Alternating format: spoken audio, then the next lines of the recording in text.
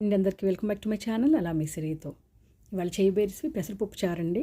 చాలా మంచిది, హెల్త్కి బెనిఫిట్స్ చాలా ఉన్నాయి, చలవ కూడా. అయితే నేను ఒక చిన్న గ్లాసు పెసరపప్పుని తీసుకుని కడిగి గ్లాసుకు 2 గ్లాసులు వాటర్ పోసి పాన్లో 2 కానీ 3 కానీ విజిల్స్ రానిస్తున్నానండి. చూసారా, కడుక్కోవాలి, ఎందుకంటే కొంచెం కలర్ అయ్యి వేస్తారు కదా.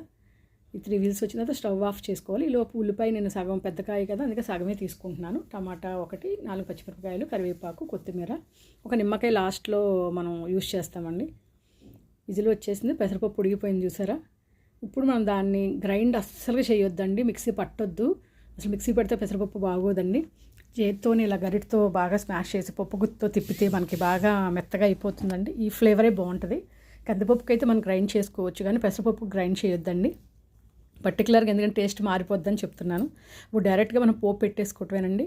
బాండి పెట్టి 1.5 స్పూన్ ఆయిల్ వేసి, మన ఆవాలు, పచ్చనిపప్పు, సాయమినపప్పు, జీలకర్ర వేసి లో ఫ్లేమ్లో మనం పోపును వేయించుకుని, ఒక 4-5 వెల్లుల్లి గబ్బాలు దంచి వేసి, కొంచెం కరివేపాకు, కొత్తిమీర వేసుకుని లో ఫ్లేమ్లో పెట్టుకోవాలి.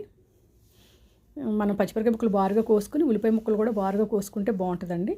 వేసుకుని మనం మీడియం ఫ్లేమ్లో పెట్టుకుని వేయించుకుంటే, ఈలోపు టమాటా ముక్కలు కూడా కోసుకున్నాం కదా, ఒక టమాటా అది కూడా వేసుకుని మనం లైట్గా ఫ్రై చేసి, ఇప్పుడు 1 స్పూన్ కళ్ళుప్పు వేస్తున్నానండి నేను. మీరైతే సాల్ట్ కూడా వాడచ్చు. కొత్తిమీర కొంచెం వేసుకోండి. 1 స్పూన్ కళ్ళుప్పు వేయాలి. వేసి స్పూన్ కానీ 1/2 స్పూన్ కానీ కారం వేసుకోండి, మీరు తినేదాన్ని బట్టండి. రెడ్ చిల్లీ పౌడర్ వేసి లో ఫ్లేమ్లో మనం లైట్గా వేయించి, ఇప్పుడు మనం ఉడకబెట్టుకున్నాం కదా పప్పుని, దాన్ని వేయాలండి. జీలకర్ర 1 పావు టీ స్పూన్ వేయండి. ఇప్పుడు పప్పుని వేసుకుని ఒక అర నిమిషం కొంచెం తిప్పండి, ఈ మొత్తం పప్పు, ఉప్పు, కారం అన్నీ కలిసేటట్టు. ఈలోపు మనం ఈ ఉడకబెట్టిన పాన్ ఉంది కదండి, దాంట్లో పప్పు ఉంటుంది కదా, వాటర్ పోసుకుంటే దాంట్లో అది కూడా వేస్ట్ అవ్వకుండా వచ్చేస్తుంది. అంటే 2 గ్లాసులు పోసుకోండి, 2-2.5 గ్లాసులు చిక్కగా అయిపోద్ది కదా పెసరపప్పు. అందుకని చెప్పి 10 to 15 మినిట్స్ మీడియం ఫ్లేమ్లో కనుక పెడితే పప్పుచారు రెడీ అయిపోద్దండి. చాలా యమ్మీగా ఉంటుంది అన్నమాట. అసలుకి మీడియం ఫ్లేమ్లో పెట్టుకుంటే బాగుంటుంది. ఈలోపు నిమ్మకాయను కోసుకుని జ్యూస్ తీసి పెట్టుకోవాలి. మనకి మీడియం ఫ్లేమ్లో మరుగుతూ ఉంటుందండి పప్పుచారు. అసలుకి వేడివేడిగా తింటే యమ్మీగా ఉంటుందండి అసలుకి. ఎప్పుడైనా సరే అందరూ ములక్కాయలు రకరకాలు వేస్తారు, నేనైతే పెసరపప్పు చారు మట్టుకు నేను ఏమి వేయనండి, ఇలాగే వేస్తాను. చాలా బాగుంటుంది. నాకు ఉప్పు సరిపోలేదు, అందుకే కొంచెం ఉప్పు వేసాను.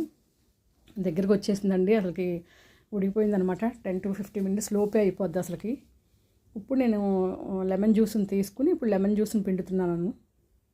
1 కాయ అండి, మనం తినేదాన్ని బట్టి ఎక్కువ తింటే కనుక ఇంకో అరబత్త తీసుకోండి. ఇది పెద్ద కాయ, జ్యూస్ ఎక్కువ ఉందన్నమాట. చాలా బాగుంటుందండి నిమ్మకాయ ఫ్లేవరు. నిమ్మకాయ వేయక ముందులా బాగుంటుంది, నిమ్మకాయ వేసిన తర్వాత కూడా బాగుంటుంది, యమ్మీ అనమాట. మీరు ఉప్పు చూసుకోండి, మేమైతే ఎక్కువ తింటాం అందుకని ఎక్కువ వేసాను. మళ్ళీ మీరు చూసుకుని వేసుకోండి. నేనైతే దీన్ని 2 విధాలుగా సెపరేట్ చేస్తానండి. కదిలించక ముందులా బాక్స్లో పెట్టి తెల్లారిగా వాడతాను. ఈ రెసిపీ నచ్చితే లైక్, సబ్స్క్రైబ్ మై ఛానల్.